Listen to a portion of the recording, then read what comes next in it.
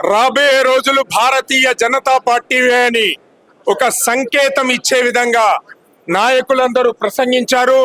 భవిష్యత్తులో తెలంగాణలో కాషాయ జెండా ఎగురుతుందని, ఎప్పుడు ఎలక్షన్స్ వచ్చినా కూడా కాషాయ జెండా ఎగరాలని, ఎగురుతుందని ప్రగాఢ విశ్వాసంతో ప్రతి ఒక్క పౌరుడు, ప్రతి ఒక్క కార్యకర్త అహర్నిశలు శ్రమించి భారతదేశంలో ఒక్క పార్టీ ఉంది, హిందుత్వం కోసం, హిందూ దేశం కోసం పనిచేసే పార్టీ, సనాతన ధర్మాన్ని కాపాడే పార్టీ, ఏకైక పార్టీ భారతీయ జనతా పార్టీ. కాబట్టి ప్రతి ఒక్క బొట్టు పెట్టుకునే హిందువుల కోసం, మన కోసం మనం నిలవాలంటే భారతీయ జనతా పార్టీని గెలిపించాలి.